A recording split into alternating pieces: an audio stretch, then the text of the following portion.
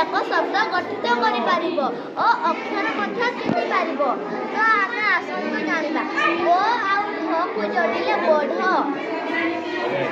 ओ आउ दंतस्वर आकार को जोड़िले बसा, ओ आउ तालबेस को जोड़िले बस, ओ आउ डरे हसई बडी, ओ आउ ख को जोड़िले बक्ष, ओ आउ य को जोड़िले बच्च, ओ आउ अळ को जोड़िले बळ, ओ आउ दंतन को जोड़िले बन, ओ आउ अळरे आकार को जोड़िले बड़ा, ओ आउ ब को जोड़िले बब, ओ आउ ब को जोड़िले बप, ओ आउ ब को जोड़िले बड़, ओ आउ गुंठन बण, ओ आउ दंतस्व बस, ओ आउ र बड़, ओ आउ ख बख। ଏଇଭଳି ଭାବରେ ପିଲା ଅକ୍ଷରକୁ ଅକ୍ଷର ଯୋଡ଼ି ଏକ ଶବ୍ଦ ଗଠିତ କରିପାରିବେ ଓ ଏଠାରେ ଶବ୍ଦ ମଧ୍ୟ ଚିହ୍ନିବା। ଏହା ହେଉଛି ଅ ଅକ୍ଷର, ଏହା ଢ ଅକ୍ଷର, ଏହା ଦନ୍ତସ୍ୱର ଆକାର, ଏହା ତାଲବେଶ, ଏହା ଡରେ ହର୍ଷଇ, ଏହା କ୍ଷୁୟ।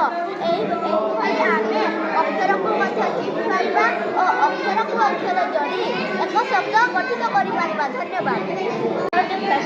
ଏହି TLM ଦ୍ୱାରା ଆମେ ଯୁକ୍ତାକ୍ଷର ଶିଖିପାରିବା।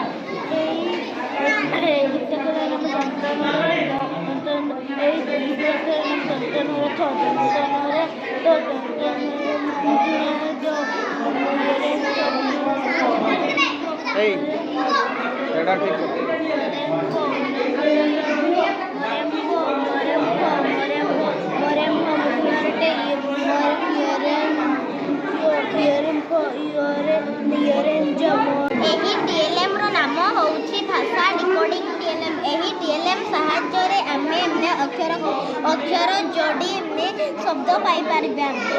ମୁଁ ଗୋଟିଏ ଶବ୍ଦ ନେଉଛି ପ, ଆଉ ଗୋଟିଏ ନେଉଛି ଢ। ପ ଓ ଢକୁ ଯୋଡ଼ିଲେ ହେବ ପଢ଼। ଗୋଟିଏ ଶବ୍ଦ ନେଉଛି ଟ, ପରେ ହଳତ, ଟ ପରେ ହଳତକୁ ଯୋଡ଼ିଲେ ହେବ ଟପ୍। ଗୋଟିଏ ଶବ୍ଦ ନେଉଛି ଦନ୍ତନ, ଖ, ଦନ୍ତନ ଖକୁ ଯୋଡ଼ିଲେ ହେବ ନଖ। ହେଉଛି ବ, ଅଛି ଅଳ, ବ ଓ ଅଳକୁ ଯୋଡ଼ିଲେ ହେବ ବଳ।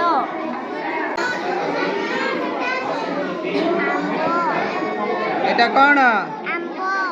ଆମ୍ବ। କ'ଣ? ପୋଟଳ। ଏଟା ଏଟା ବାଇଗଣ। ଏଇଟା ଏଇଟା ଗାଜର। ଏଇଟା କଖାରୁ। ଏଇଟା ଏଇଟା କଦଳୀ ହେଲା। ଆଚ୍ଛା ଏଇଟା ସେଉ ନାଇଁ କି? ବହୁତ ବଢ଼ିଆ। ଏଇଟା ଏଇଟା ଏଇଟା ଡାଳିମ୍ବ। ଉଠାओ ଉଠାओ ଉଠାओ। ଡାଳିମ୍ବ ନାଇଁ କି? ବହୁତ ବଢ଼ିଆ ହେଇଛି, ବହୁତ ବଢ଼ିଆ।